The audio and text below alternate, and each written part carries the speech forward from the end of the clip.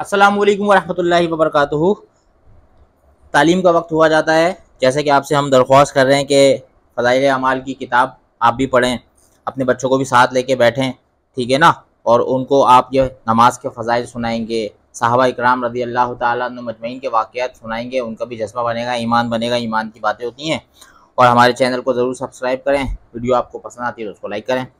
बिस्मिल्लाहिर्रहमानिर्रहीम नहमदुहु व नुसल्ली अला रसूलिहिल करीम। हिकायत सहाबा में से है किस्सा हज़रत अनस रज़ी अल्लाह ताला अन्हु बिन नज़र की शहादत का। हज़रत अनस बिन नज़र एक सहाबी थे जो बदर की लड़ाई में शरीक नहीं हो सके थे। उनको इस चीज़ का सदमा था, इस पर अपने नफ्स को मलामत करते थे कि इस्लाम की पहली अजीमुशान लड़ाई और तो इसमें शरीक ना हो सका और तू इसमें शरीक ना हो सका। इसकी तमन्ना थी कि कोई दूसरी लड़ाई हो तो हौसले पूरे कर दूं।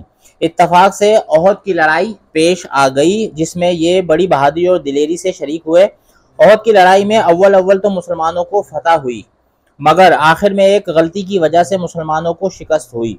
वो गलती ये थी कि हुजूर अकरम सल्लल्लाहु अलैहि वसल्लम ने कुछ आदमियों को एक ख़ास जगह मुकर्रर फरमाया था कि तुम लोग इतने मैं ना कहूँ इस जगह से ना हटना, कि वहाँ से दुश्मन के हमला करने का अंदेशा था। जब मुसलमानों को शुरू में फतह हुई तो काफिरों को भागता हुआ देखकर ये लोग भी अपनी जगह से ये समझकर हट गए कि अब जंग ख़त्म हो चुकी, इसलिए भागते हुए काफिरों का पीछा किया जाए और गनीमत का माल हासिल किया जाए।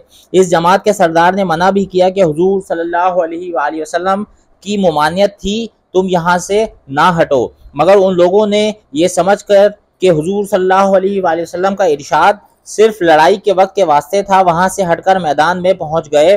भागते हुए काफिरों ने इस जगह को खाली देखकर उस तरफ से आकर हमला कर दिया। मुसलमान बेफिक्र थे, इस अचानक बेखबरी के हमले से मगलूब हो गए और दोनों तरफ से काफिरों के बीच में आ गए, जिसकी वजह से इधर उधर परेशान भाग रहे थे। हजरत अनस रजी अल्लाह ताला अन्हु ने देखा कि सामने से एक दूसरे सहाबी हजरत साद रजी अल्लाह ताला अन्हु बिन मुआज आ रहे हैं। उनसे कहा कि ए साद, कहाँ जा रहे हो? खुदा की कसम, जन्नत की खुशबू ओहद के पहाड़ से आ रही है। ये कहकर तलवार तो हाथ में थी ही काफिरों के हुजूम में घुस गए और इतने शहीद नहीं हो गए, वापस नहीं हुए। शहादत के बाद उनके बदन को देखा गया तो छलनी हो गया था। 80 से ज्यादा जख्म तीर और तलवार के बदन पर थे। उनकी बहन ने उंगलियों के पोरों से उनको पहचाना। फायदे में शेखुल हदीस रहमतुल्लाह लिखते हैं कि जो लोग इखलास और सच्ची तलब के साथ अल्लाह के काम में लग जाते हैं उनको दुनिया ही में जन्नत का मज़ा आने लगता है। ये हज़रत अनस रज़ी अल्लाह ताला अन्हु ज़िंदगी ही में जन्नत की खुशबू सूंघ रहे थे।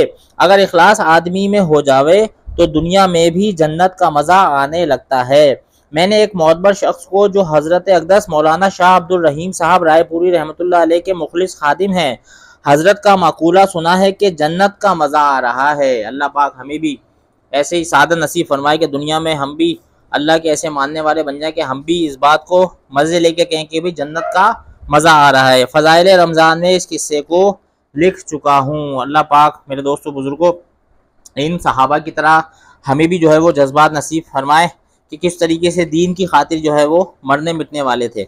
आज हमसे तो सिर्फ इतना कहा जा रहा है कि हम जो है ना वो पाँचों वक्त की नमाज़ें वक्त पे पढ़ने वाले बन जाएं, अल्लाह के अहकामात नबी पाक सल्लल्लाहु अलैहि वसल्लम के तरीक़ों पे पूरा करने वाले बन जाएं। उसमें भी जो है ना वो हम सोच रहे हैं और परेशान हैं। मेरे दोस्तों बुजुर्गों, यहाँ तालीम को अख्ताम करते हैं। मिलते हैं आपसे अगली वीडियो में। सुब्हानल्लाहि व बिहम्दिही, सुब्हानकल्लाहुम्मा व बिहम्दिका, नशहदु अल्ला इलाहा इल्ला अंता, नस्तगफिरुका व नतूबु इलैक। सुब्हान रब्बिका रब्बिल इज़्ज़ति अम्मा यसिफून व सलामुन अलल मुरसलीन वल्हम्दुलिल्लाहि रब्बिल आलमीन।